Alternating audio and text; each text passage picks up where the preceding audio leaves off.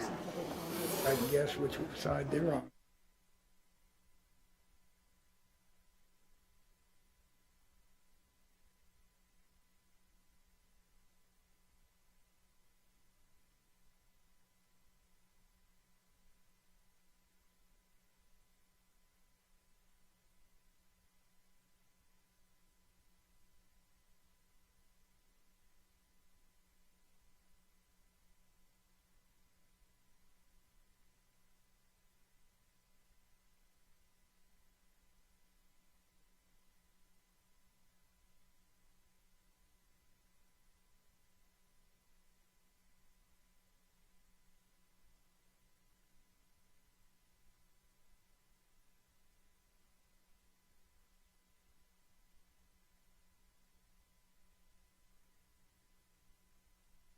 All right. Call the meeting to order. Okay, welcome to the Queen Anne's County Commissioners Meeting. This is a public meeting that is being aired live on our local cable television station, QACTV 7. These media broadcasts provide county citizens an opportunity to watch and review our scheduled public meetings. In addition to our live audience this evening, we are providing remote options for citizens to watch and participate in county commissioner meetings. Citizens may watch our meeting live on our Queen Anne's County website at www.qac.org/live or on our television channel, Atlantic Broadband Channel 7 and High Definition Channel 507. Citizens may also participate by joining the live Zoom meeting by going to www.qac.org/public comment. And citizens may also email comments to publiccomment@qac.org. Comments received will be read during the press and public comment period on this evening's agenda. We acknowledge your participation, and by attending, you acknowledge that this session is both recorded and aired. Press and public comment will be taken and is limited to 3 minutes per person. If you care to speak, please sign the sheet on the information table outside in our lobby. Comments longer than 3 minutes can be submitted in writing for the Commissioner's review. So we will now stand and be led in the Pledge of Allegiance by Commission President Chris Corcorino. I pledge allegiance to the flag of the United States of America and to the republic for which it stands, one nation, under God, indivisible, with liberty and justice for all. If you could remain standing. A moment of silence for the Baltimore City firefighters who answered their last call and for their families, both at home and at their station.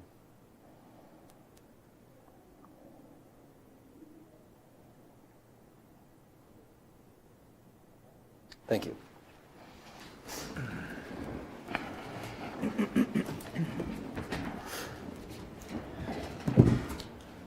Okay, we just completed a closed session under General Provisions Article Sections 3305B1 to discuss boards and commissions and personnel, and under Sections 3305B7 to consult with counsel, and no decisions were made in our closed session.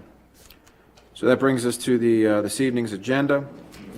The agenda for today's meeting, January 25th, and the regular and closed session minutes from the January 11th meeting were distributed for review. Do we have any additions and or corrections? A motion to add action items 10 through 13 to the agenda for the night. Second. All in favor? Aye. Motion carries. Motion to approve the agenda as amended and accept the minutes as distributed. Second. Got a motion to approve as accepted. All in favor? Aye. Any opposed? Motion carries. All right, thank you, Commissioners. That brings us to our first public comment period. So thank you for taking the time to express your views to the County Commissioners. Comments are limited to 3 minutes per person. Comments longer than 3 minutes can be submitted in writing.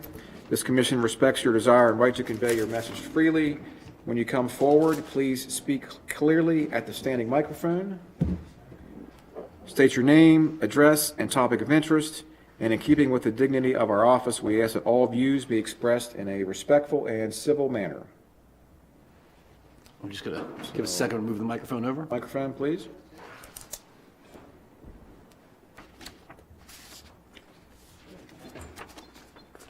Okay. Troy Alexander.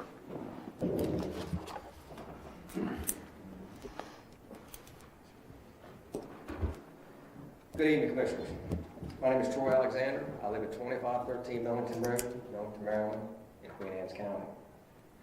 I want to thank the Commissioners for introducing Ordinance 2109. Ordinance 2109 is common sense, and it simply ensures that commercial gun ranges aren't placed near where people live. 2109 doesn't have anything to do with hunting rights. It doesn't take away from the right to target shoot with your kids in your backyard. I'm fully supportive of the Second Amendment rights. I own guns and I like to shoot. But I think we can all agree that no one would want a 7-day-a-week commercial shooting range in their neighborhood. And that's all Ordinance 2109 seeks to fix. There's a proposal near me to take a limited use trap shooting range that was approved in 1990s and turn it into a 7-day-a-week operation with rifle and pistol fire. This past weekend, I met with nearly 40 of my neighbors.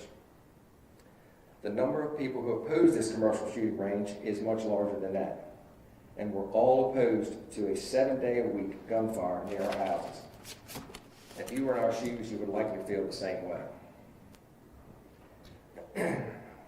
We're the ones who will be directly affected. And that's not fair, especially since our houses were there first. Maybe Ordinance 2109 isn't perfectly written, but I'm entitled to peace and quiet as much as anyone else. And a commercial gun range near a residential area is simply bad policy that needs to be fixed. Ordinance 2109 needs to be amended, so be it. But keep the intent behind it in its place. Thank you very much. Okay. Glenn Pyle.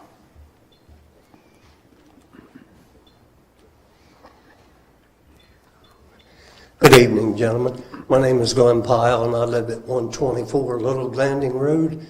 I've lived there for 45 years. I was there before all of this, the gun ranges and the proposals for everything else.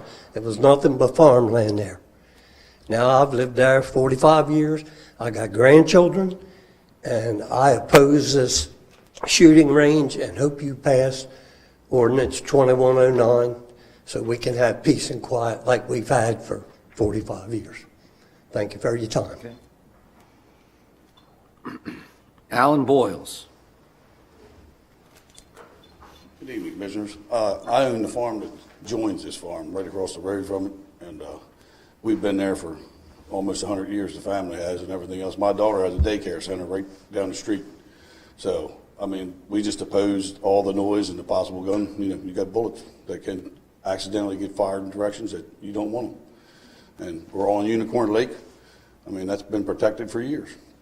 So I'm for 2109, but the amendments in it, it's got a few things wrong with it that needs to be done, but I think it can be fixed and everything can be good, but that's all I got to say. Thank you. Thank you. Scott Kinman.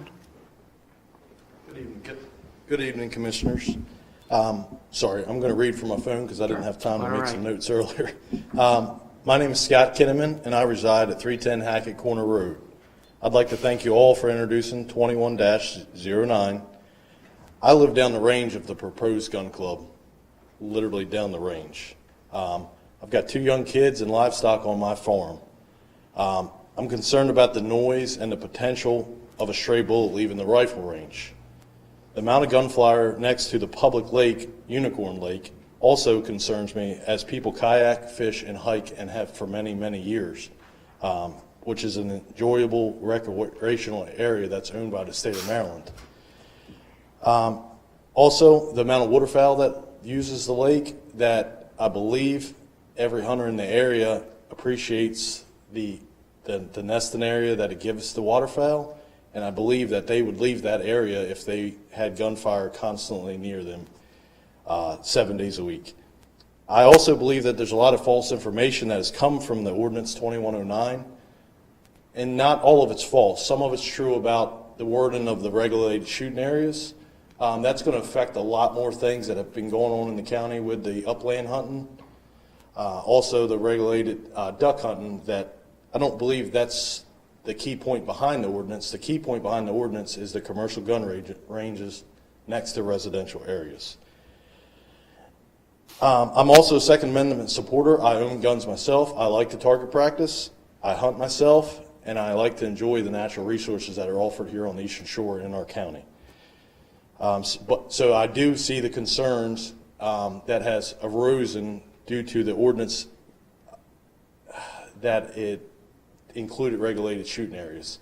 A lot of people were concerned if they could still target practice on their own home, at their own residence, within safety reasons. We all know how many yards we're supposed to be away from a residence, but the ordinance introduces something that it's called a lot of people's attention that they may not be able to do that anymore. So I believe with some amendments to the ordinance that it is and can be something that we can all work towards in the future. And I appreciate you all's time. Okay, thank you. Lisa Schrader.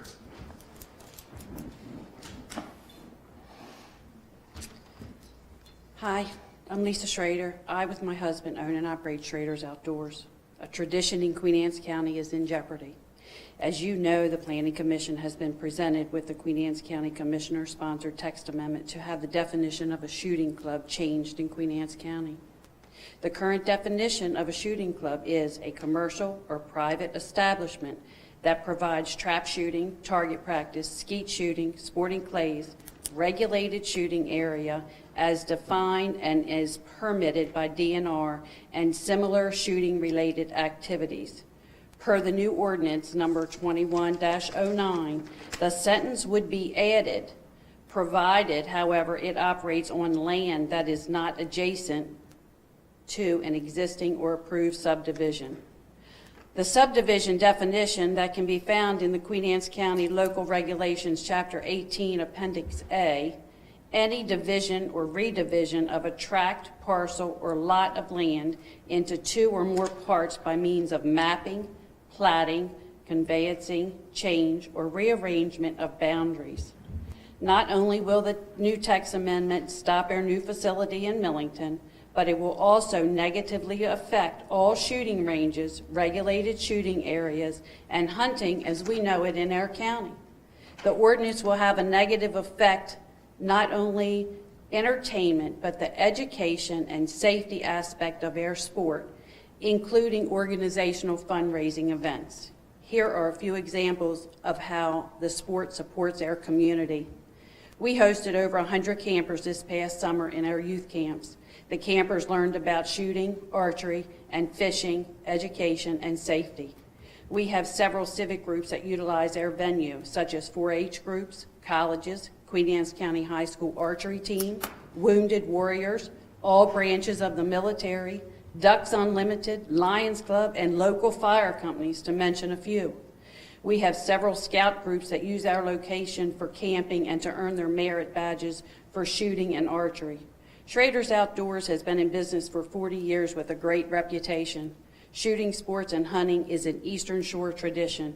We operate in 4 counties, Cecil, Kent, Queen Anne's, and Caroline. Not only would there be a negative impact on us, but Queen Anne's County small business as well. I am adamantly opposed to Ordinance 21-09 as written. We ask for your support. Thank you. Bruce, is there anybody online? No. All right. That's all we have signed up. Is anybody else that wanted to speak for our first press and public comment? Okay, then we'll close press and public comment. Thank you, everybody.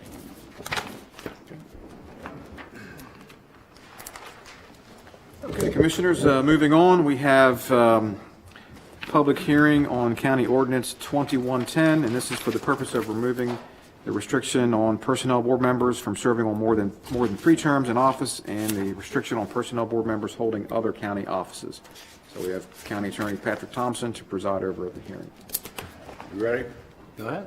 On December 14, 2021, Commissioner Moran introduced County Ordinance 21-10, a bill entitled An Act Concerning the Queen Anne's County Personnel Board for the purpose of removing the restriction on personnel board members serving more than 3 terms in office and the restriction on personnel board members holding county offices, and generally revising and updating the provision of the Queen Anne's County Code on personnel board members by amending Section 27-112E of the Code of Public Local Laws of Queen Anne's County.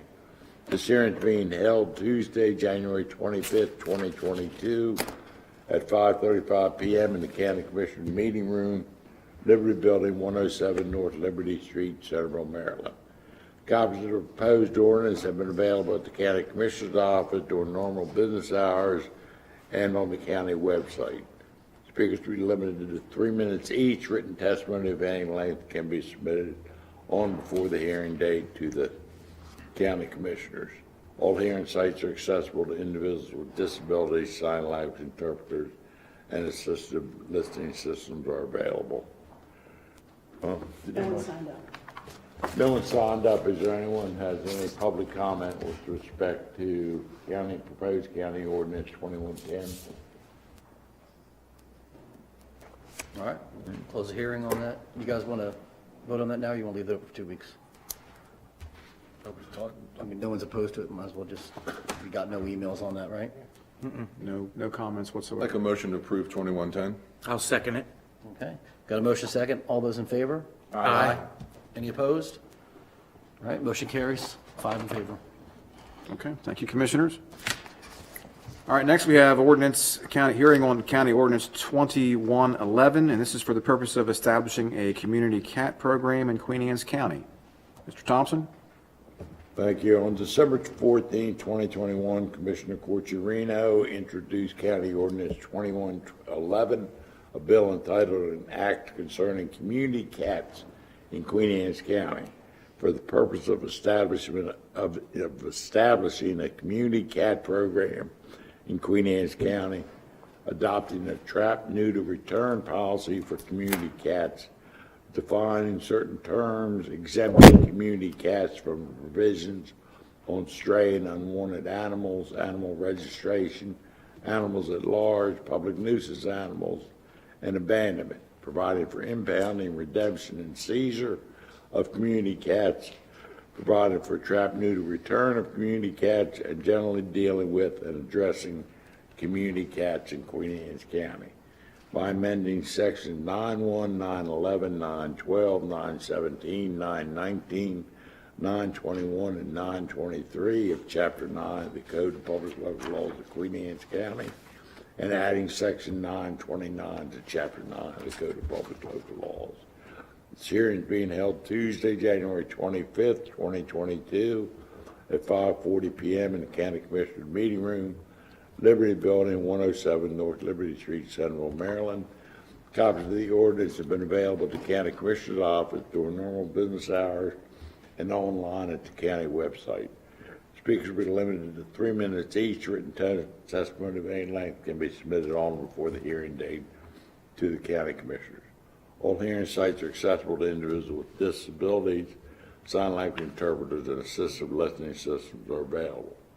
Part of the record of the proceeding will be a certificate of publication indicating that notice of tonight's hearing was published in the Bay Times and Record Observer on 2 successive weeks prior to tonight's hearing, and several written comments that have been received by the county commissioners.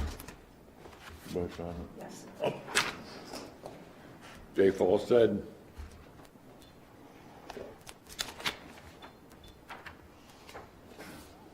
Good evening, Commissioners. Jay Falstead. I'm not speaking on behalf of QACA on this one, just speaking on behalf of myself, but as a conservationist. I just urge the county to proceed with caution on this one. And the reason being is the subject of feral cats being released back into the environment really does cause a major problem with wildlife. There is a number of case studies that have been done by numerous organizations that show that feral cats that are released back into the environment kill a wide variety of wild and native species, and they can decimate a small ecosystem when that happens. And cats are indiscriminate in their killing. They kill mice, birds, a lot of the wild creatures that all rely on one another for a good, healthy ecosystem. I'm not saying that you shouldn't proceed with this, but I hope that you will take the time to accept additional information on it, which I'll be happy to provide, and with the hopes that this may not be the right approach to take from a wildlife standpoint. So with that, thank you for the time. Okay, that's the only person who signed up. Are there any other, Ramon?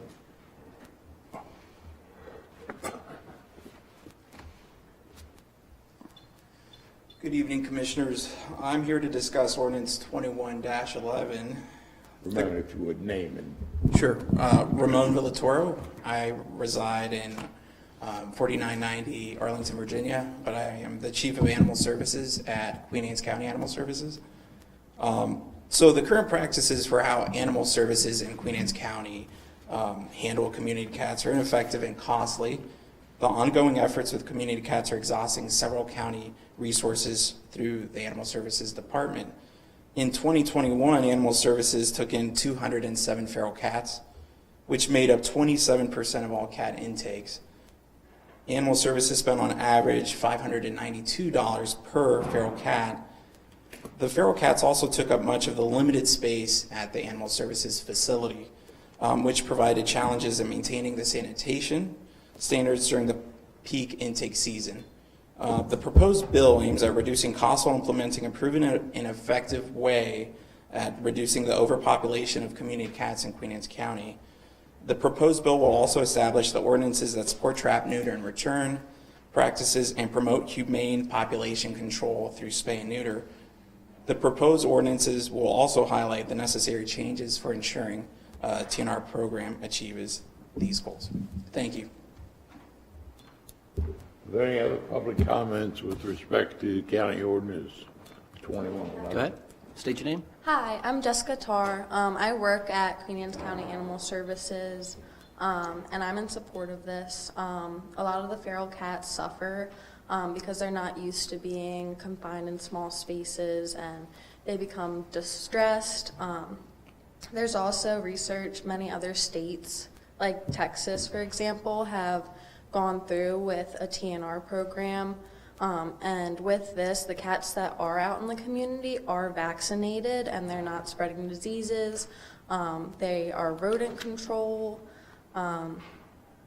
And this way, they're not passing away at the shelter when they don't need to be, because they are wildlife.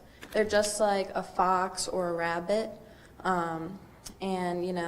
It's dangerous for staff at the shelter, too, to have to handle wild animals every day. So I am in support of this. Thank you. Thank you. Thank you. Any other public comment? So, can I, Jay, could you come back up? I have a question. Go ahead. It's actually some clarification, because I'm a little confused. So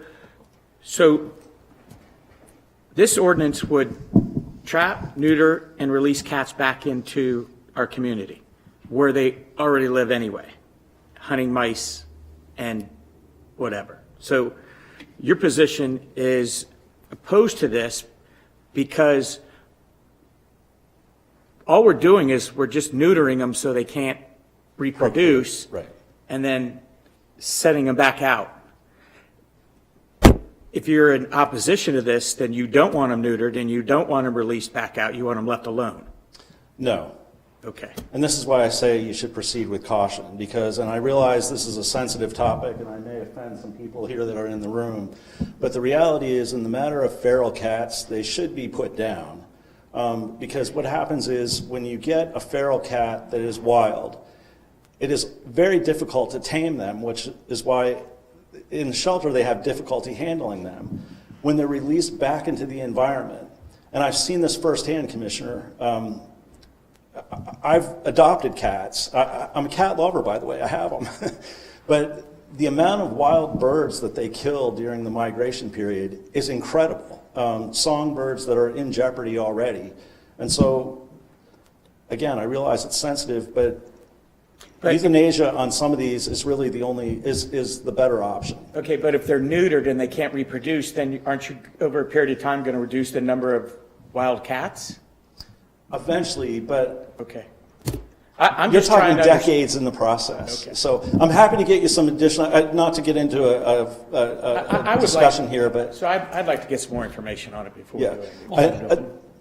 Okay. Cornell University has done some exhaustive studies on this very topic. I'm happy to provide them to you, and I'll If you give you don't some more mind. detail. Thank you. So I will add a personal story with this. I've worked with Inga Solomon, who has Saving Future Feral Cats. For those that don't know, she's been doing it in the community now for, I guess, the better part of 5-6 years. And her process is just this. She's been doing this on her own donations and dime. And I guess it's been 3 years ago now, I had a feral cat have kittens up underneath of one of my stones in front of the house. So I contacted Inga. She came out and humanely and very quickly was able to get all the babies, get the mama, and take them away. She was able to adopt out all 3 of the surviving. There was 4. 3 of the survivings were adopted out. And she asked me, do you want the cat back? And I was thinking about it, and I talked to the wife, and I said, sure. I mean, because literally the cat had been roaming basically around my house and hadn't seen a mouse in forever. So it was like, it's almost a good thing to have the cat there. So again, basically I've adopted a feral cat, and I will tell you, they are tameable. They have a little wild side to them, but they are, with the proper amount of care, much like we give dogs, cats typically don't get that because they are kind of loners, honestly. I've learned a lot about it. I was never a cat person growing up, always a dog person. But I will say it works, and I encourage farmers and people that can have them on their farms, if they're spayed and neutered, they're great, companion animals on farms. So that's just my personal side of it and how I see it. I've seen it work, so. All right. Close that, we'll hold it open for 2 weeks for a vote.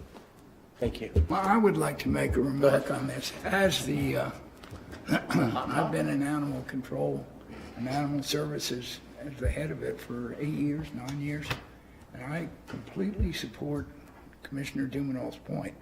Removing them, we're not about to exterminate all the cats we catch.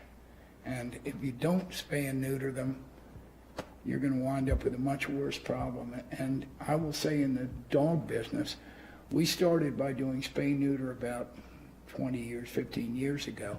And at first it made no difference at all, but cumulatively over time, we went from intaking about close to 30 dogs a week down to about 1 or 2 where we, is that about right, Roman? About 1 or 2 a week. It took a while, but it is the right solution, and I utterly support what you say. All right. Thank you. All right, closing that hearing. Closing the hearing, we'll keep it open for 2 weeks for a vote. Okay. Okay, and our third and final hearing, public hearing this evening is public hearing on County Ordinance 22-01. This is Public Facilities Bond Authorization of 2022. And we have our bond counsel here, Mark Damon, and our Director of Budget and Finance, Nicole Hepfer. You want to come on up? Yep. Good evening, Commissioners. Damian, Mark, Ken, Shelton, and your bond counsel. Appreciate your trust in our firm over the years. Ordinance 2201 was introduced on January 11th, and we're conducting the public hearing on that ordinance tonight.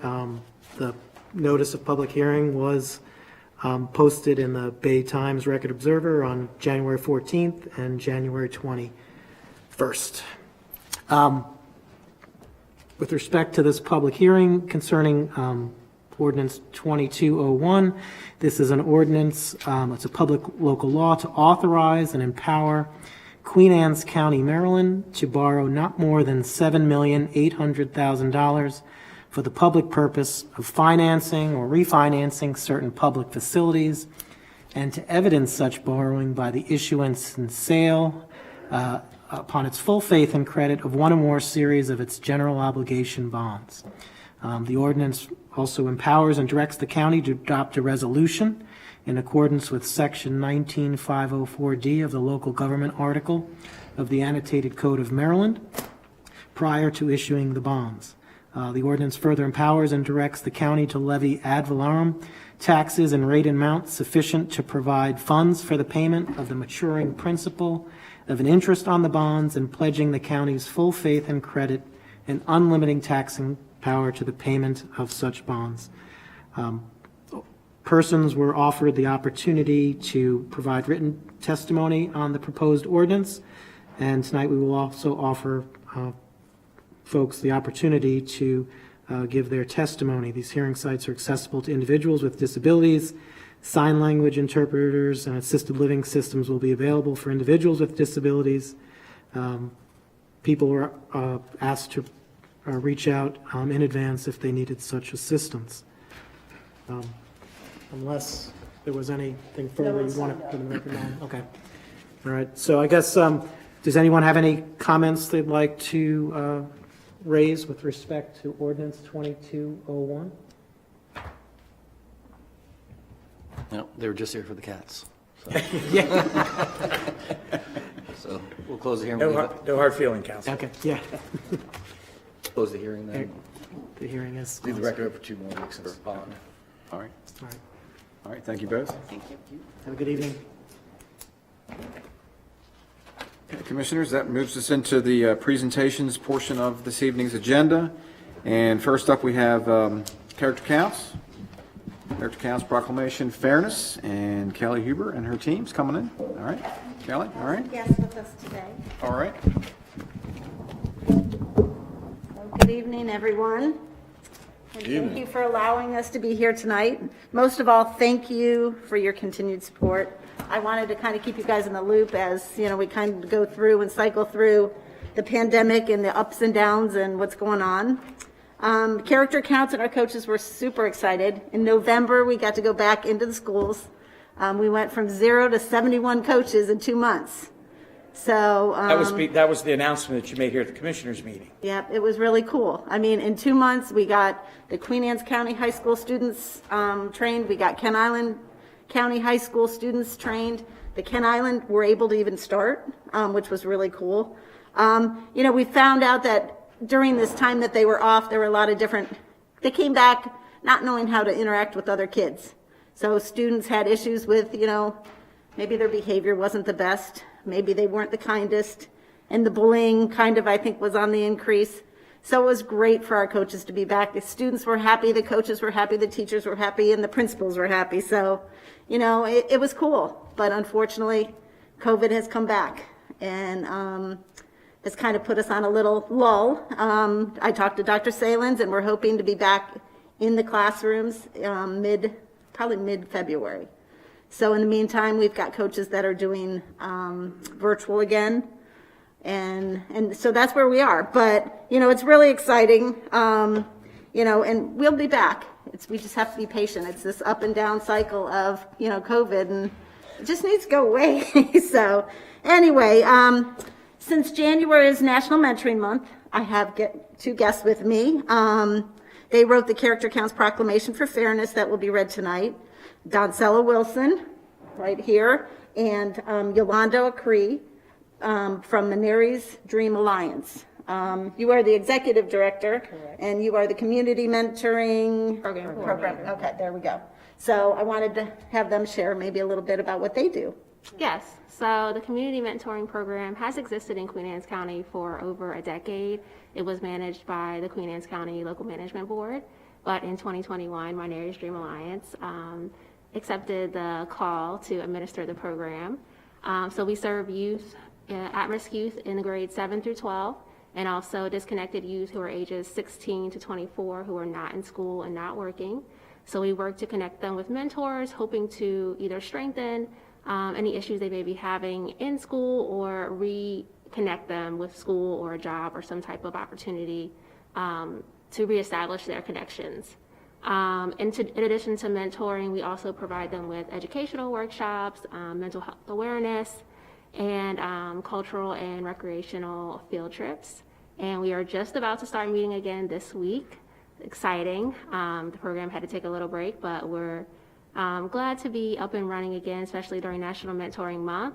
And we are currently meeting at the Ken Arts Center, Little Kidwell Avenue. How are the numbers of mentors?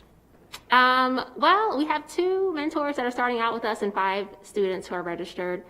We do have some other mentors, but we match by gender, so we don't have we don't have female students to match with our female mentors that are registered currently. But the need seems to be overwhelming for male youth and male mentors. So We do have some partnerships in the works with a local fraternity to provide male mentors for our youth. It's always a guy thing. We need a little more guidance. So, and the only thing I'll add is just again to thank you all for having us this evening. As Kelly said, I am the executive director of Menary's Dream Alliance. So our funding for this program comes from the Queen. I remember which county I'm in. It comes from the Queen Anne's County Local Management Board. So Mike Clark and his team, that they are the funder for this program. So again, we are just excited to be in the county and working with the partners here. We did bring you information of the program. So you will be able, I don't know if you want to take it. Yeah, you can hand him, he'll pass it. Okay. Thank you. So that way you can, on there's a QR code where you can go in and it'll take you to our website, our referral forms, and other information about our programs. Excellent. And Donzella is also a Queen Anne's County High School alumnus, but I am. unfortunately, class of 93, not 92. Yes, I am. Queen Anne's County Centerville native at that, Centerville native. Well, I got the proclamation. Yes, I do. Yep, let me get that. Proclamation 2202, whereas Queen Anne's County was declared a character counts community, and whereas all community members have been called upon to embrace the 6 pillars of character and incorporate these traits of good character into their daily lives. And whereas the character counts pillar of the month for January is fairness. Whereas fairness is a value all members seek to uphold for the betterment of the community, and fairness characterized by openness, equity, justice, accountability, integrity, and responsibility. Whereas members listen to one another and take into consideration the needs and desires of the community, ensuring that all have equitable access to available and necessary resources, and whereas community members also share their knowledge, talents, and time for the benefit of the community. Whereas all members strive to act with integrity as individuals, partners, and organizations, we hold ourselves and each other accountable in the face of missteps and righting our wrongdoings. And whereas community members work together to heal the wounds of the past as they impact the condition of our community's present and future. Whereas it is the responsibility of experienced community members to teach fairness in all character count pillars to the youth, guiding them and modeling these values, fostering the spirit of mentorship and community care in future generations. Now, therefore, we, the Queen Anne's County Commissioners, do hereby designate the character counts pillar for January to be fairness. Very well written. Very well written. Very nice. And that is yours. Thank you. You're welcome. Thank you. All right, thank you Thank you very as much. always.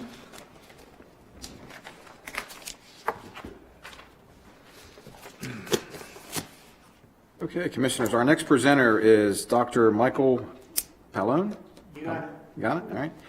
All right. He's here to present an overview on juvenile diabetes for us this evening. So, Dr. Pyle. Thank you for inviting me. Yes, indeed. Thank you for coming. I am much more a fan, as most of you have been schooled your whole life, instead of me talking to you, is trying to get a feedback of what you understand about it.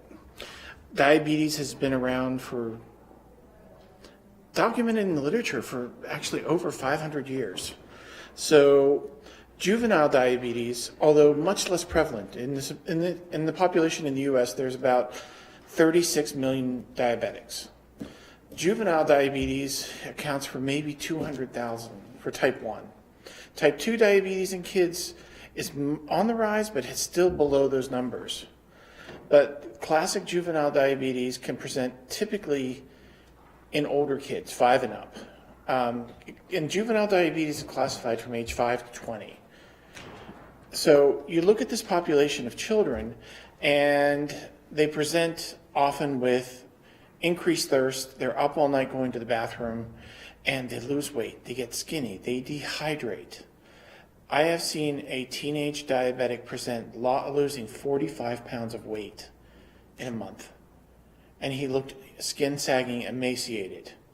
And it's because their cells have literally dried out. It's not that they don't have blood in their bloodstream. They have blood, but their cells physically have shrank.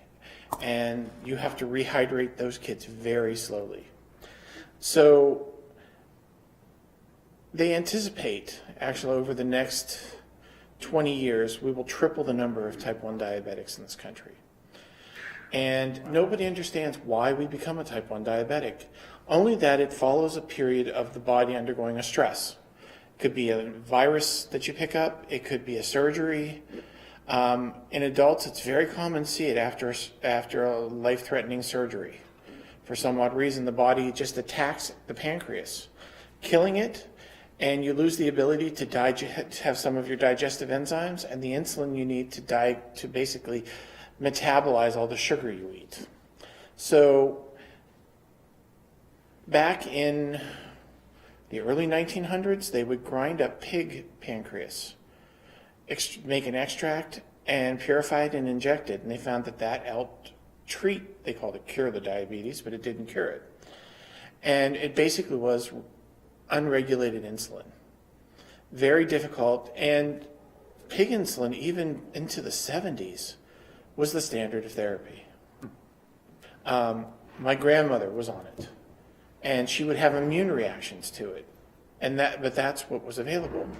Technology is much better. We have custom-made insulins now. We have insulins that have been engineered that are trying to reduplicate what we can do for our bodies. Technology's even gotten better. I know all of you have seen the commercials where they have the glucose monitors. I think over the holidays they were everywhere. Horrible for diabetics. Guilt tripping everybody in the world not to eat sweets for Christmas. But I let them down. oh, a lot of people did. But that glucose monitor is life-changing. And everybody laughs, but the cell phones, those monitors talk to your cell phone.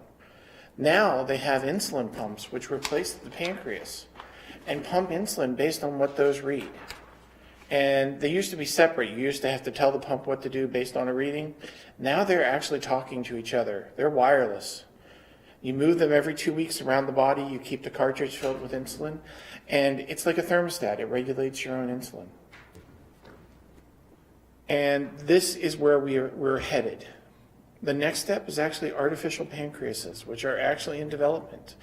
They are genetically engineering pancreases that are going to be resistant to being put back in the body and having the body attack them and kill them again. And they are probably in my lifetime we'll see that. It's amazing. But you have the problem now that you've got hundreds of thousands of kids with diabetes in the school system.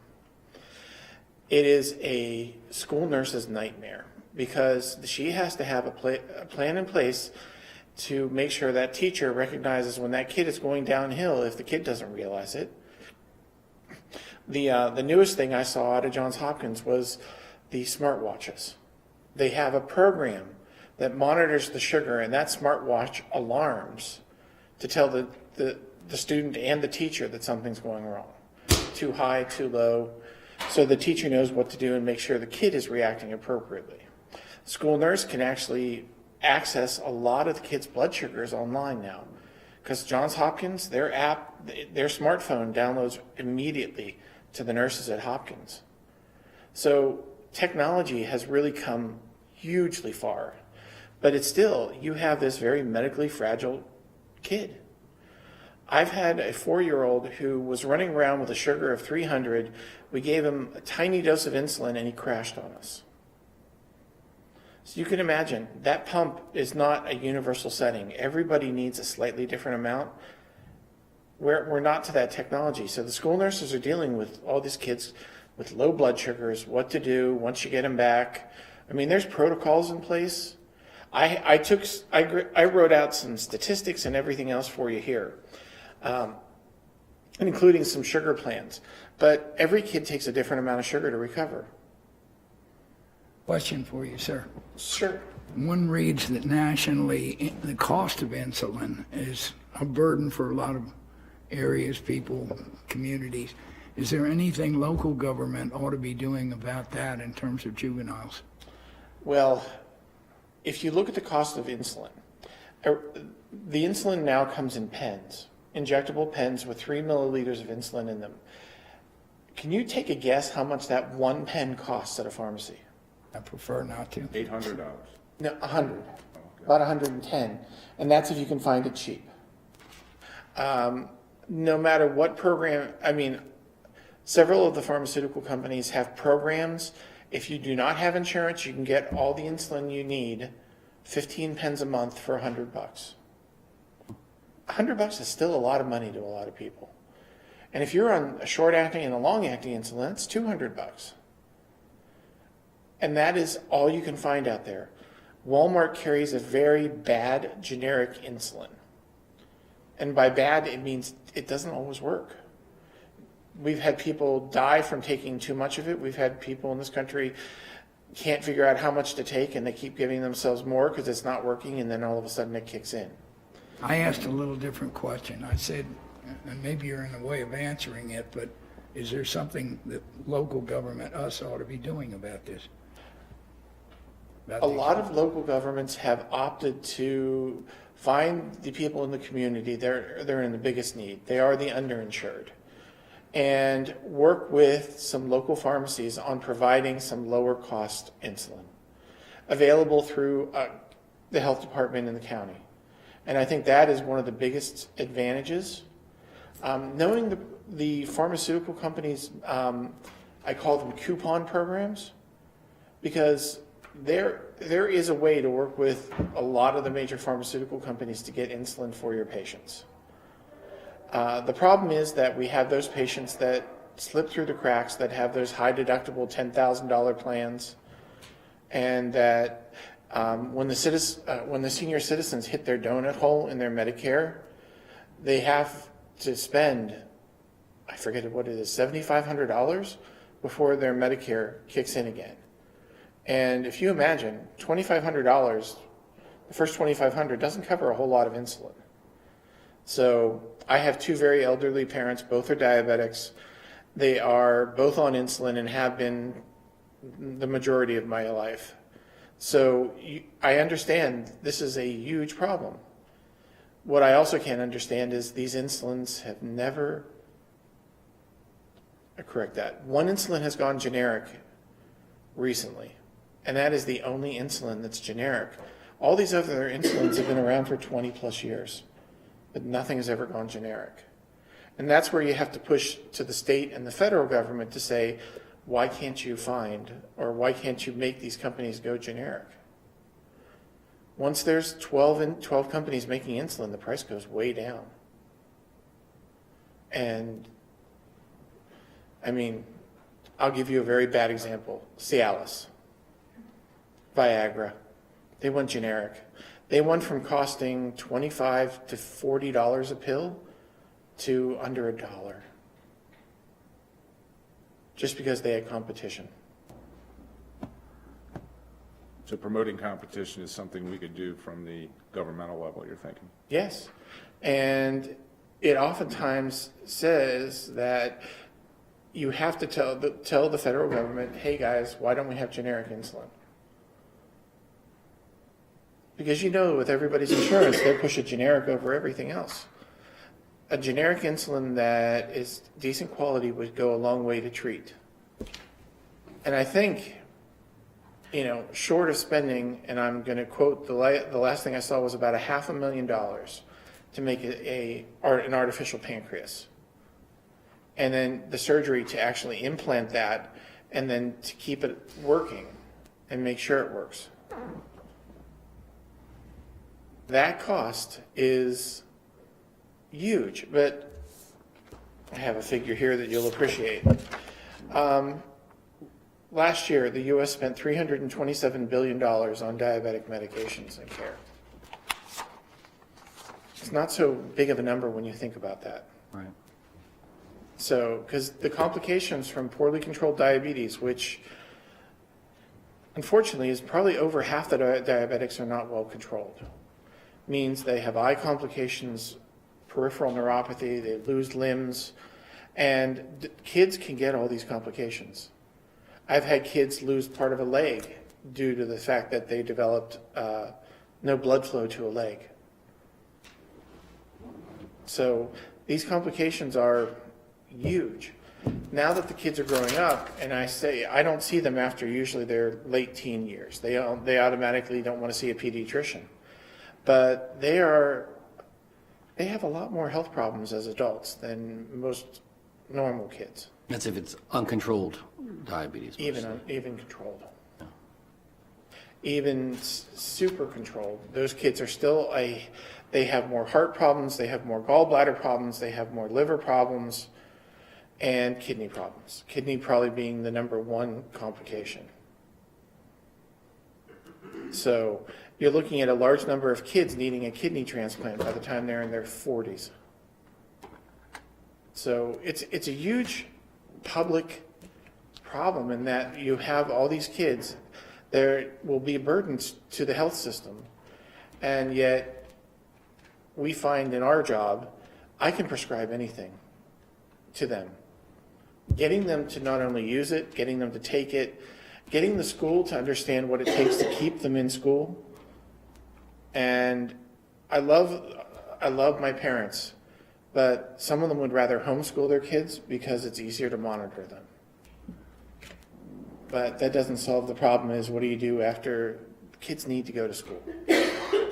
Well, thank you for coming in and sharing that information. I think it's really useful for everybody to know, and especially some of the warning signs that you described, so people know if their kid may be becoming diabetic. And the school nurses can actually screen there for it. They have the ability, a lot of the school health clinics do as well. So they can actually pick up on it. The hardest part is it's the privacy laws that don't permit them to just call us and say, hey, you need to see this kid. And that's where I think the privacy laws have failed. So that's it. Thank you. Thank you. Appreciate it. Thank you. Okay, Commissioners, we're just a little behind schedule, and we are ready now for our feature presentation this evening, the introduction of the 2022 Comprehensive Plan. And we have Lauren Good and Ray Morback with Wallace & Montgomery that are here this evening, along with our staff, Director of Planning and Zoning, Amy Mordock, and Stephanie Jones, our Senior Planner. So why don't you come on up. And we have, if you look at tab number 6, item number 3, there's an overview memorandum, and I believe there's a presentation that we have here this evening as well to go over. And this is the Planning Commission's recommended plan for the comp plan and the Kent Narrows Community Plan for your consideration this evening. Lauren, Ray, take it away. Thank you. Good evening. We're excited to be here in front of you tonight. As mentioned, I'm Lauren Good, Project Manager with Wallace Montgomery. And I'm Ray Morback, the Vice President in charge of planning for Wallace Montgomery. And us coming before you tonight has been a long time coming, so again, we're excited to be here. We just have a brief presentation to provide an overview of the process to date. And first, just to outline the purpose of the comprehensive plan, which I'm sure we're all aware of, but this is really the document where we capture the vision of where the county wants to be in the next 10 to 20 years and beyond. And it identifies different factors that influence and shape the community and how it might get to reach that vision. The plan itself provides guidance for a number of different areas relating to land use and physical development, and provides related guidance for decision-making related to those items in the future. As the name implies, it's a comprehensive document, very broad. It covers a lot of topics, but it aims to be proactive to establish a plan of action that the county can implement over the next few years to help further steps to meet those goals and the visions that have been identified. The plan itself isn't regulatory. It doesn't contain detailed specificity on every item or every topic. But it really sets the framework for the county's implementation over the next 10 and more years. So as we started, and I think the last time that we were here in front of you, not in a joint setting, was back in August of 2020. So.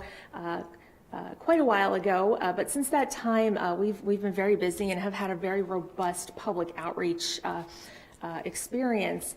This slide just outlines, in general, the outreach opportunities and events that have been held from visioning workshops, special topic workshops, and meetings with the technical committee that was comprised mainly of county department staff to regular meetings with the Planning Commission, including joint meetings with you all, meetings with the Council of Governments, the development and facilitation of a community survey, some more pointed and shorter questions of the week, a questionnaire that was devoted to the agricultural industry, numerous stakeholder interviews.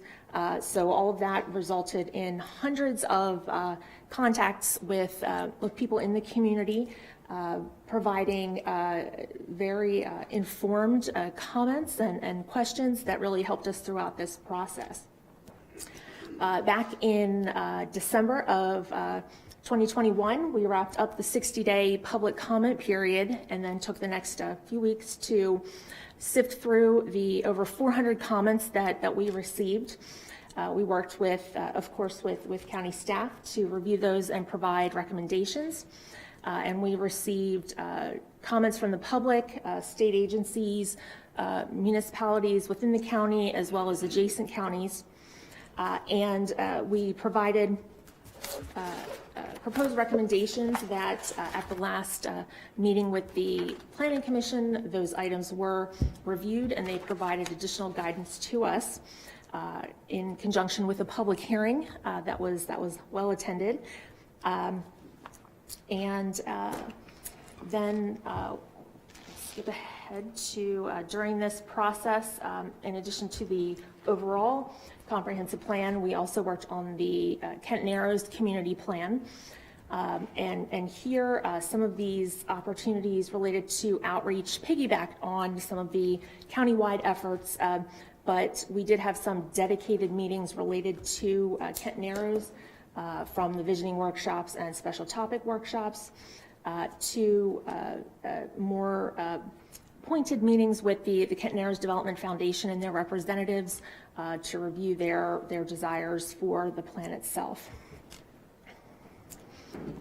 All of this resulted in a complete document of the comprehensive plan that has a number of different topics ranging from communities and facilities, land use, economic development, transportation, housing, environmental resources, and water resources. So working with community stakeholders to develop those different topic areas.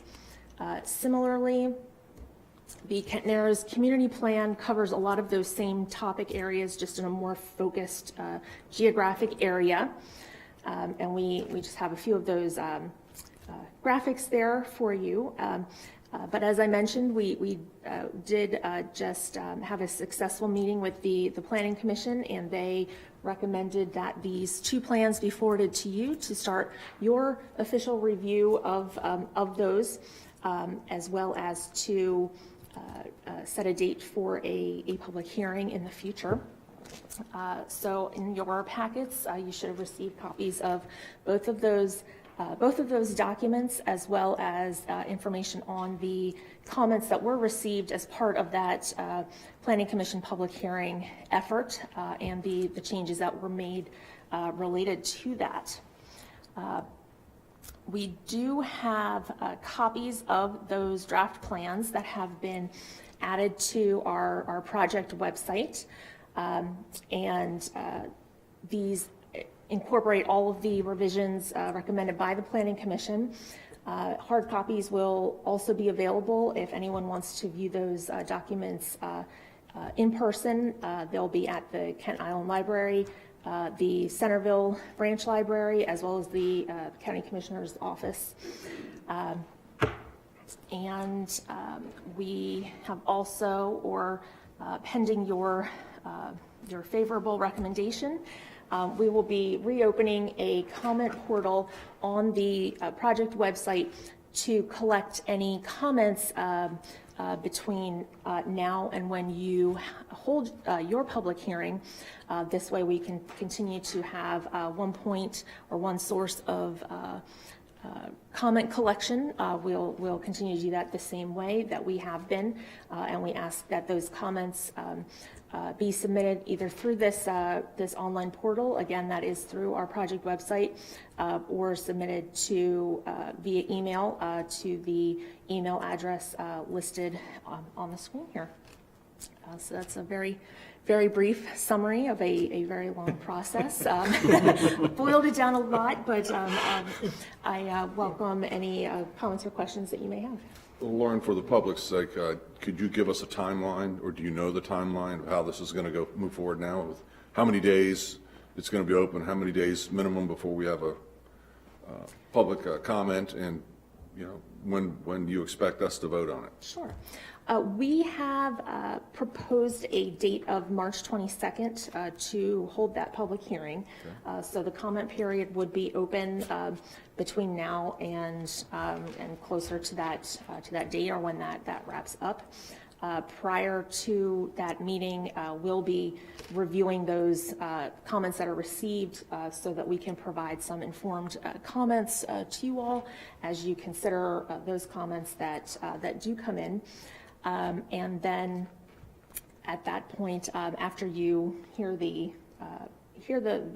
or hold the public hearing and view those comments, it will obviously be up to you as to when you would like to vote on that plan.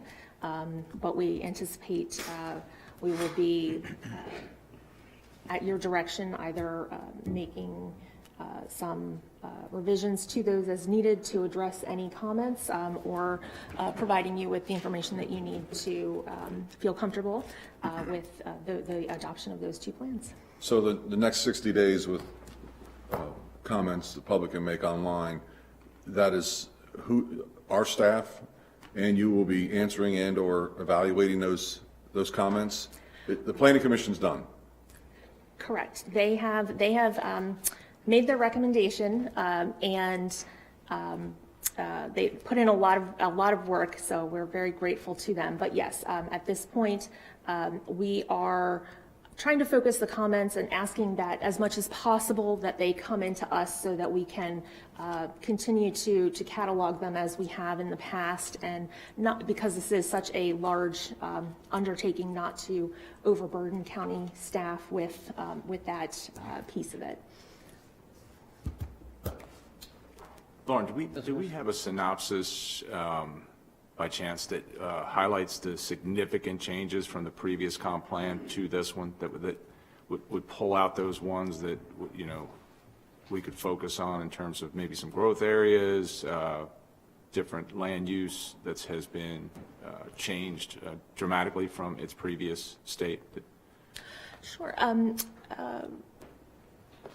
A few meetings of the Planning Commission ago, we did develop a presentation that addressed those questions specifically. What were the major changes from the previous plan, and what were key topics or key areas that came out of this effort? So I don't remember the exact date off the top of my head, but I can find that presentation. But we can get that with a hard copy, that presentation. And forward that to you. Great. Definitely.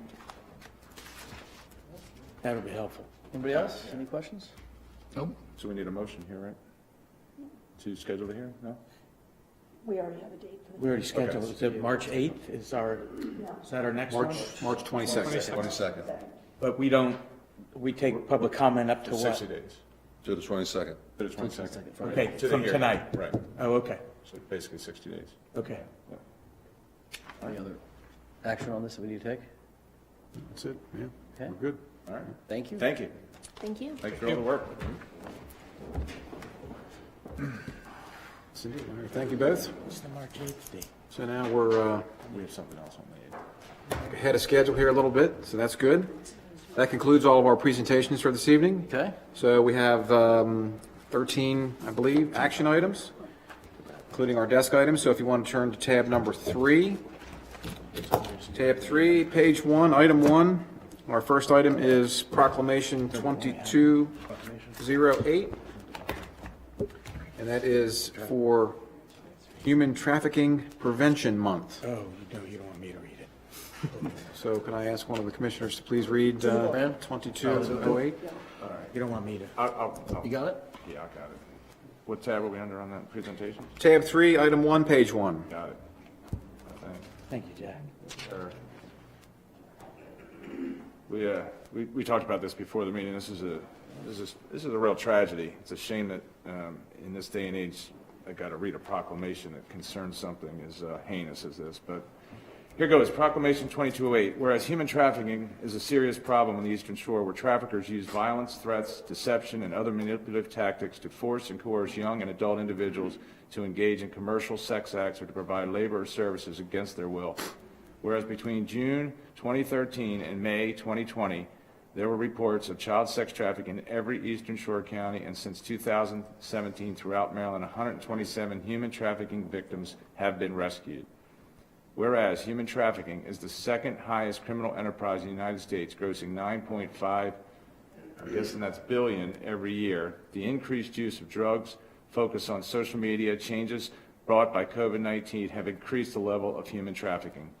The Eastern Shore Human Trafficking Task Force is engaged in anti-human trafficking actions by encouraging and promoting awareness and prevention of human trafficking. Whereas January across the nation is Human Trafficking Prevention Month, which formally recognizes that human trafficking consistently occurs in the United States and emphasizes the need for the public and private sectors to come together to focus on prevention, prosecution, partnerships, and support for survivors. Now, therefore, be it resolved that the Board of County Commissioners, Queen Anne's County, Maryland, hereby recognize January as Human Trafficking Prevention Month. So if you see something, say something. All right, thank you, commissioners. Okay, item 2 on page number 2 is the Rural Legacy Priority Area for fiscal year 2023, and Donna Smith is here this evening, and each year we designate one of our 2 rural legacy areas as the priority for funding. So I think this year we were going to recommend the Foreman Branch I area. make a motion to choose the Foreman Branch Rural Legacy Area as priority for FY23 funding. Second. Got a motion second? You want to tell us about it? We submit grants every year. We've been doing it since 1989. We've been submitting rural legacy applications, and except for maybe 2 or 3 years, we didn't get any funding. This past year, with no county money and no county match, we were able to secure $1,650,321, which will preserve 2 farms in the Land's End area. Both are waterfront farms. They total 367 acres, so that's, I had one just settle last week. I have 2 more that I'm waiting for the Attorney General's office to finalize a review of the deed of easement. They'll settle probably maybe within a month or 2. And then I'm working on 2 right now from this past year's funding, the 1.6 million, so we'll keep our fingers crossed. And they just announced the money in December, so we won't know how much we'll get on these 2 grants probably till very late part of 2022, sorry. I'm losing a year. Anybody got any questions? All right, all in favor, say aye. Aye. Any opposed? Got 5 in favor, motion carries. Thank you. All right, thank you, commissioners. All right, our next item is item number 3 beginning on page number 20. And this is the annual mouth matching funds program to allocate our allocated mouth matching funds towards the mouth program. I'll make a motion to approve the $85,108 of ag transfer tax towards the mouth matching funds program. Second. Got a motion and a second from Commissioner Wilson, who's a little bit faster than Commissioner Moran on that one. Any discussion? All those in favor? Aye. Any opposed? 5-0, motion carries. How much, okay, so let's get to the real business. How much ahead. more are you looking for this year? This $85,000, since I sent the original memo in, there was a small adjustment in the ag transfer tax, plus the state mouth board of trustees put in a budget amendment request to increase the initial funding, which I just found out today that we did get approved for an additional $5 million statewide. So instead of 45, almost 46 million, we're at 54 million now for statewide funding. So for our $85,108, that's the corrected amount, the match will be from the state $127,662. And initially I put in my memo that it was about $880,000 we would get from the state. Now it's close to $1 million. So we should be about $1,200,000 if you only pledge the $85,000. Last year you did $300,000. And that came from the ag transfer tax, personal property tax, and the general fund. With that $300,000, we were able to secure $3,824,679, which is $12.75 for every dollar of county money. It's a good rate of return. When do you have to do you have to tell them how much money you're putting in?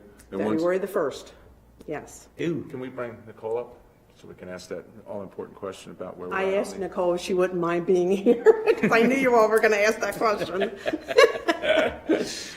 So where are we on the PPT for the solar right now? Well, the solar, when I looked for Donna a few weeks ago, we hadn't received any of the FY22 funds in yet. So I still didn't see that we've received those. But that will automatically go in for the mouth funding along with the ag transfer tax, and then any additional funds that we set aside. Right, Donna? They all Yes. get included? Yes. So what is it, do you have any, what is the number supposed to be? What if we build, I guess, what do they have as bills for their personal property tax on the solar, do you know? I don't have that information. I think it was it about 170,000 last year? I think so. But I can get that information for you. So the unfortunate part is I have to tell the state by February the 1st, that's statewide. So what happens with the $54 million that we have, that gets cut in half. So $27 million gets equally distributed among the 23 counties, which is like almost $1 million because some counties don't participate. So then the remaining $27 million gets divided into certified counties, which we are, and that makes up the matching funds. So the state has to know what each county is putting forward in the matching funds program to make that all fit in that remaining $27 million. So if a county pledges $1.3 million, the state's got to have $2 million to match that. So it's kind of a numbers game, and they want to start making offers at their That's the March bare meeting. minimum. That is, that would be- 1.3 million is the maximum that a county can match with the $1.50 in return from the state. Correct. I mean, you can put in $1,000. No, I'm saying, but at 1.3, That's the maximum. the minimum the state will give you is 2 million. Yes. And they could give you a lot more. That is the matching funds program, but we're still going to get our initial allocation of $1 million. Right. So it's, if you were to magically come up with this $1.3 million of matching funds, that means we'll have the 1.3 million, which would include this 85,000. We'll get our initial $1 million allocation plus additional $2 million. So you're talking about. But I guess what I'm asking you, it could be more for their matching portion. No, they will not match any more than $2 million. That is the maximum. I mean, I'd like to see us get to 500 if we could with the solar to get to a full 500 this year. Because if my hunch is right, this should be a good year that on the second go around, we should get a really big bite at the apple. That's what I'm saying. Yes. On that note, last year, the ones that were turned in from June of 2020 that were funded last year, we got 4 farms in the second round offer. So we got a total of 5 farms in last year. That was well over 1,000 acres, and that's where the 3.8 million came from. So then I guess that's what I'm asking. Explain this second round. You have the Okay. first round and then you have a Yes. second round. I guess that's where I got a little. But the counties sideways. don't use the money, it goes back into the pool. That's correct. So some counties don't participate in MAF. Right. They either don't have interest, for example, Prince George's County. They very seldom have interest in MAF because the land values are so high in Prince George's County. So their initial $1 million gets sent back to the state after saying, we have no applications.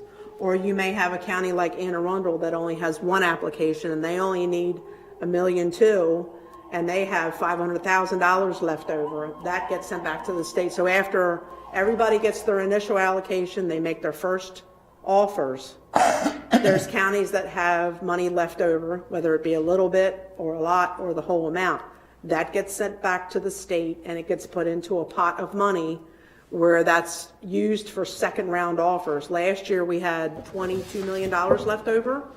So they start looking at counties with farm owners asking considerably less than the appraised value. And that's where, and we're usually around the 50% mark in this past year's appraisal values where, I just figured this up. The average appraisal value was $7,500 an acre and our asking price average was $4,000 an acre. So we're rated about 46% discount of the appraised value. That's what the landowners are willing to take. And the 54%. state judges all of those pieces of property across the state and says, Yes. okay, this is the best bang for the buck. Yes. And that's how we get these. That's where they use their money. They're buying the best farms for the least amount of money. Caroline, Kent, and Queen Anne's always has the lion's share of second round offers. And Carroll, just can't catch them. bastards. Carroll has their own county funded program. We Yeah, don't, I know, but we I'm don't just play saying with that- them. Yeah. They're in a league all their own. So, and just, I want you to keep this in your mind too. When we had our Zoom meeting today for MALF, the state executive director said they had some really, really good news to share with us. This year's allocation was $54 million. The state ag transfer tax also gets money from the recordation tax on house sales. Part of that funding comes from overall house sales. Next year, we're getting $72 million statewide. So we're getting almost $20 million more for fiscal year 23. And that's going to be a very important year for us to put that match in because we could get millions, literally millions. But you still, they're going to cap you at how much you can put in. Yes. Right. But if we play that game along with the second round offer, we could very easily get 8, 9, 10 farms in. I mean, you guys know how I feel. It's always been a priority of mine, so I'm for giving you all of it. So, you know, I don't know where you guys I'll be sit more with than this. happy to draft you a new letter. Well, I'm Just just tell me saying, the I number mean- to put on there. I'm comfortable now because of what we have there, and I know we can get to the 500K, but I'd like to see a plan to get to the 1. I'm not disagreeing with you. I'd love to get Well, I to think 1.3. that- Yeah, but an idea how we're going to get there. Just how to get there. Unrestricted. Yes.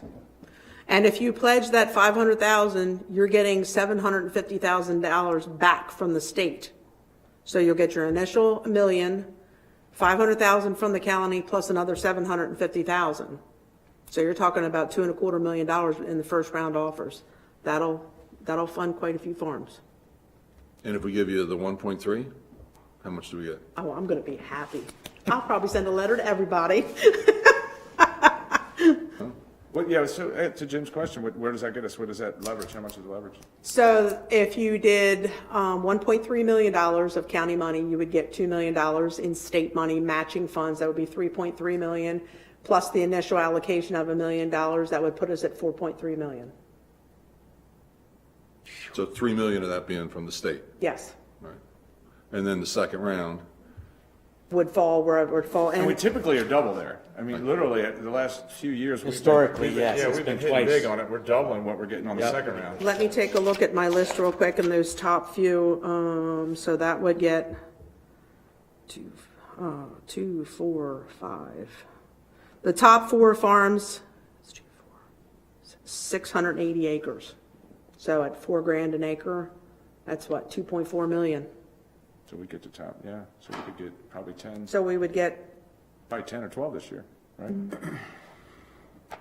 I'm good with it too, Jim. I mean, I just like to know, yeah, I mean, I'm good for committing it if, Nicole, you can show us how to get there. we're going to really, Prepare something and send it to you, maybe some different options. Yeah, I'm good with that. and all I have to do is email it to the state by the 1st. It doesn't have to be snail mail. So as long as I have that commitment and those signatures on that letter, I mean, that gives us what, almost a week? Yeah, first is Yeah, next week. Monday. That's Monday the 2nd, and I can send it in on Monday. That's not a problem. Okay. You good with that? I guess, I don't mind making a motion that we allocate $1,333,334 towards the matching funds program with the caveat that you'll give us some avenues of how we'll do that. I mean, because like I said, to me, I would just take it out of unrestricted and call it a day, but I know you guys like doing things differently, so I'm all in on that. Second. All right, motion and a second. Any further discussion on this? All those in favor? Aye. Any opposed? 5 in favor, motion carries. I'm happy. So what are we going to do? You need to. What are we going to do when you're gone?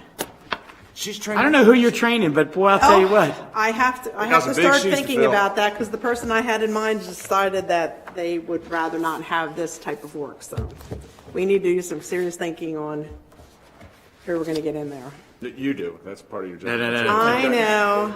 And don't forget about my 1% commission off this money. Thank you very much. I appreciate it. 1%. We're going to have to negotiate a commission. Yeah, we are. That's right. It's getting a little high.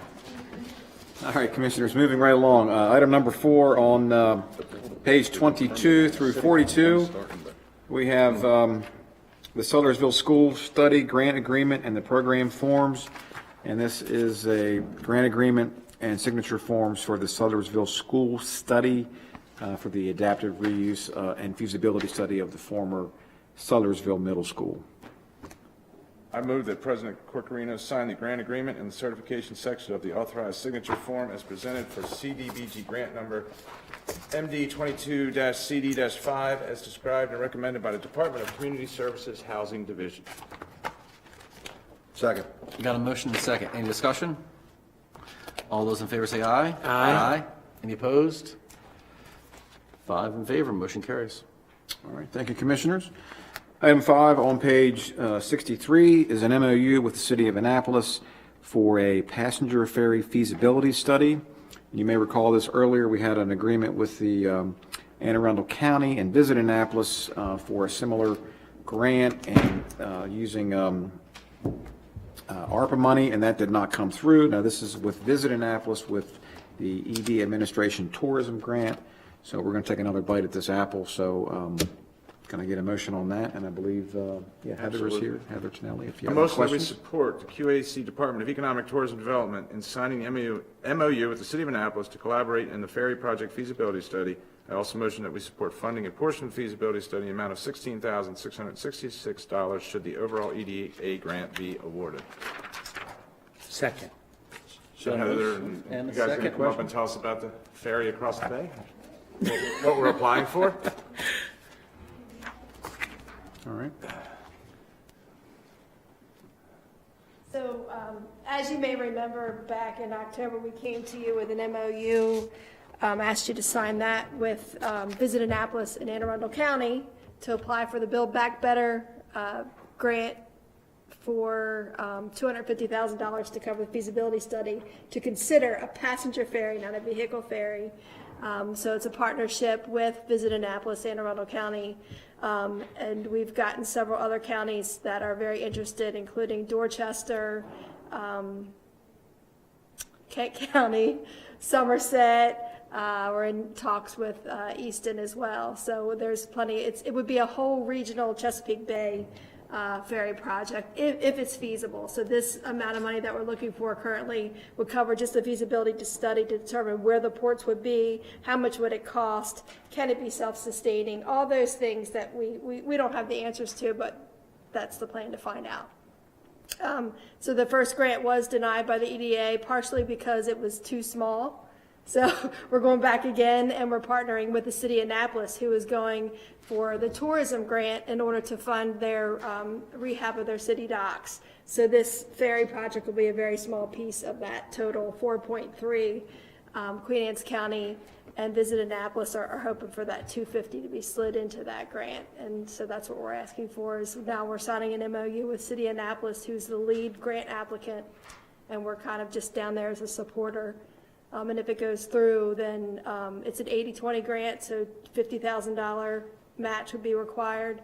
And so Anne Arundel County has agreed to pay $16,000 and change. City of Annapolis has agreed to pay $16,000 and change, and then Queen Anne's would pay that third, so we'd split it up in 3.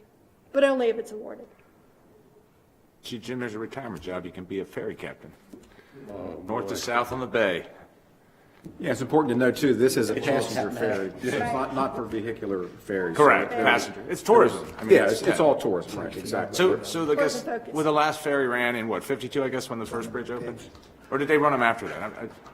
I'm not sure, Yeah, so, before my time.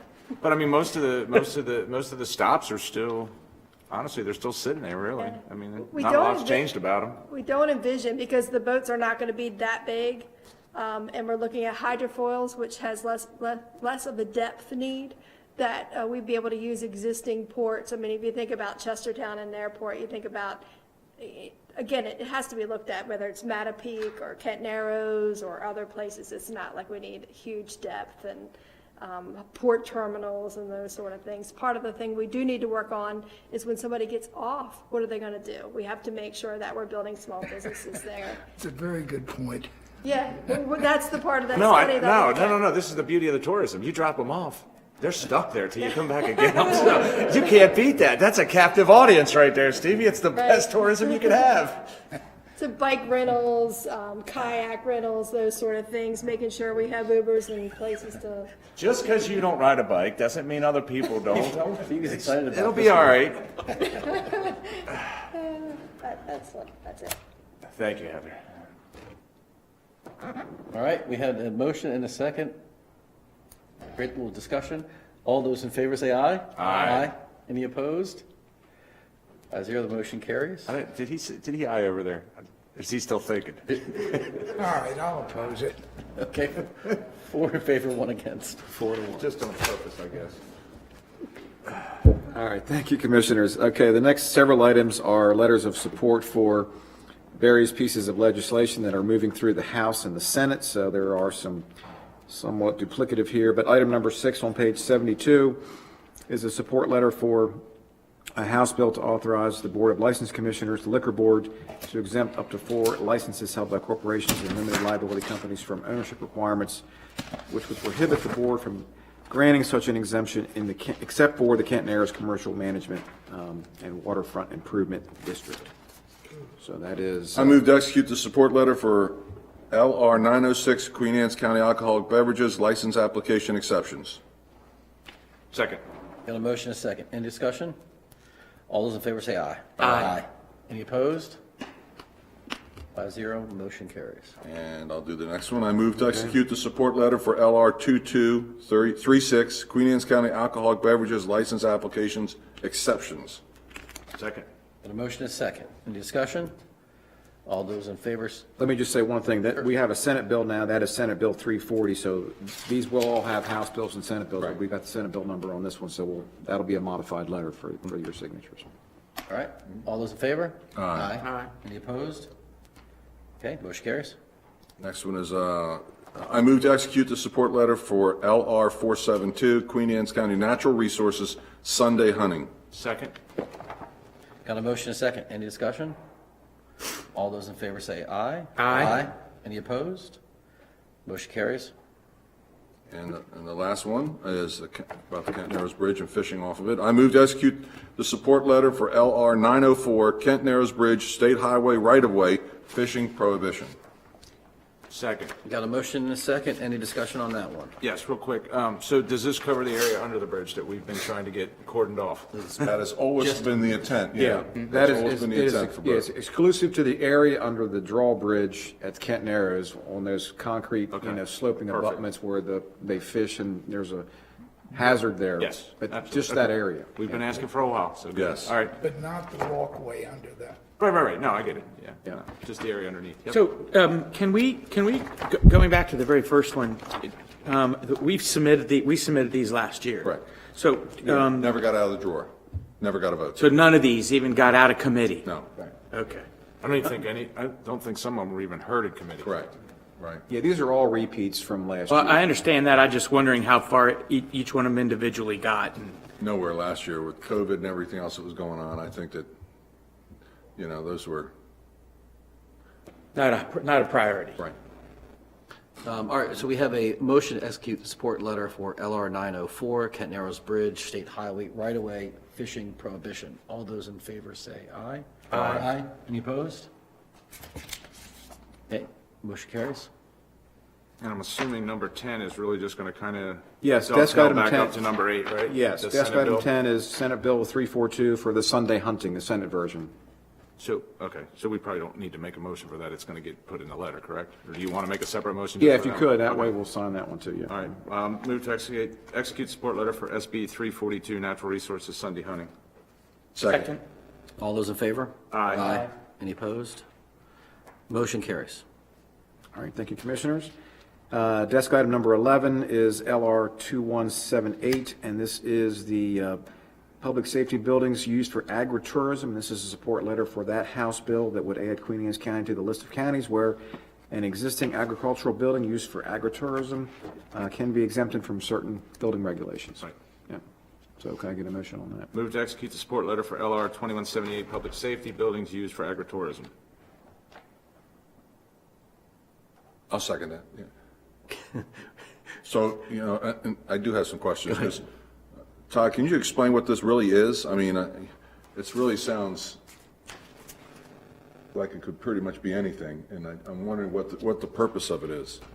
I mean, you're basically saying if it's agritourism, you're allowed upwards of 200 people to be in there and be exempt from building codes?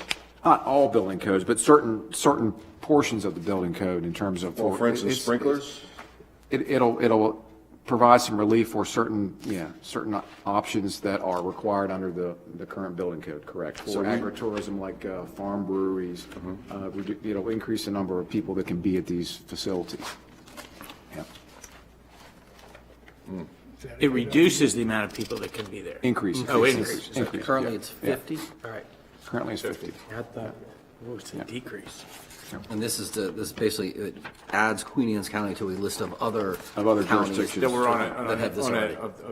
a bill that was called HB 801 previously that had 7 counties listed in it. Queen Anne's County never got in there, which we should Yeah, have. this would add us, because it's- Was that done last year? Yeah, it's created a lot of headaches for us because we don't really, unfortunately, our planning zone does not have defined stuff for these agritourism buildings, and it creates headaches when we're going to do some of these farm breweries and things that we're doing here. So this will put us basically under the way the state looks at it, and I was telling Todd earlier, there's actually another Senate bill coming out this year to add a further definition to what the buildings can be and that kind of stuff, so. Do the fire and public safety guys, so this is okay with them? They'll still have to look at That's last all year, this. so I'm going to say yes. How's that? Okay. Yeah, they'll still be looking at these applications, and they're not going to just exempt everything, but it does provide some additional relief for these types of uses on these farm buildings.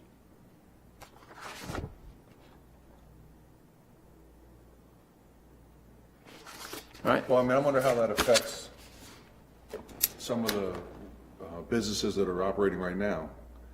I hate to use the one out on Route 50, but they've built a building, and if, under the existing permitting process, they're limited to 50 people, and we do this, and they're automatically limited to 200 people, right? That's an accurate statement, yes. Mhm. Yeah. I don't know what So it it does. really depends on the zoning But district. and I it's- believe, Jim, and don't quote me on this, but I'm pretty sure there's a minimum acreage applied to that as well. The building has to reside on a minimum acreage of like 20, 25 acres or something like that. It's truly got to be a farm. It's not, you're not going to do this in your backyard. And call No, it I'm not talking about that, I'm just talking about the structures. Farmettes, I got 5 acres. and Yeah, call it a you want to farm. call it a brewery, yeah, so you I'm can't. saying, you know, it's one thing to have 50 people at an organization having a good old time, it's another thing when it's 200. But you still have occupancy regs based on square footage. That doesn't go away. What may go away is the over encumbrance of having to put sprinklers that cost $500,000 into a place that's a barn that's been there, that's being refurbished for an alternative use. We have tons of these around town. We call them wedding venues that don't meet a lot of those code requirements that we're speaking of. So this is really just expanding it to some of the new up-and-coming things we got going on between wineries, breweries, whatever may come down the road, so. Any more discussion? All those in favor, say aye. Aye. Any opposed? I think I'm just going to abstain until I find out more about that. Okay. Me too. 2 abstain, 3 in favor. So it passes. Passes. All right, Commissioners, desk item number 12 is a Board of Education budget amendment request to transfer between major state categories, and this is for roughly $80,000 to provide the additional monies for the stipends that we authorize for the Board of Education teachers and staff there. I move to approve the Board of Education's transfer between major state categories as presented. Second.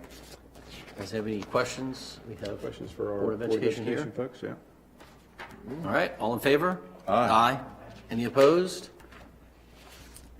Motion carries. Thank you both.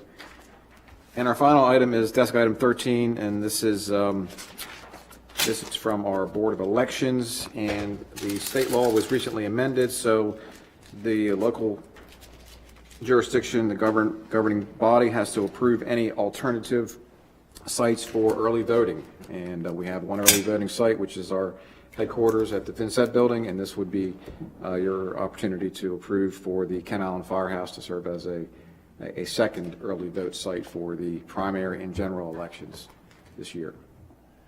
I move to approve an optional early voting site at Ken Island Fire Department. Second. Got a motion and a second. I have one question. We do it at the fire department already, right? No, but Not library.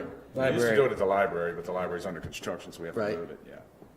Gotcha. Last time I don't think we did. We did it just here at the Vincent, right, on the early? I thought we had it at the. Yeah, it was at, Oh, no, it was at the fire department too. It was at the fire department too last Yeah. time. Oh, but you didn't have to vote on, we were talking about this earlier. We didn't have to approve it last time, the Right. Board of Elections. So this to do isn't it. really changing anything that we're No. doing. We just have to approve what we were already doing. Secondary By site. motion. Any Secondary site, yeah. Auxiliary sites, we have to approve them now for some reason. That's new stuff. Gotcha. Yeah. Yep. That's right. So your voting locations are going to remain the same. We just have a formal. We have to bless motion on it. Have to bless them, right? Okay, good. That's right. All right, all in favor, say aye. Aye. Any opposed? That motion carries as well. Bada bing. All right.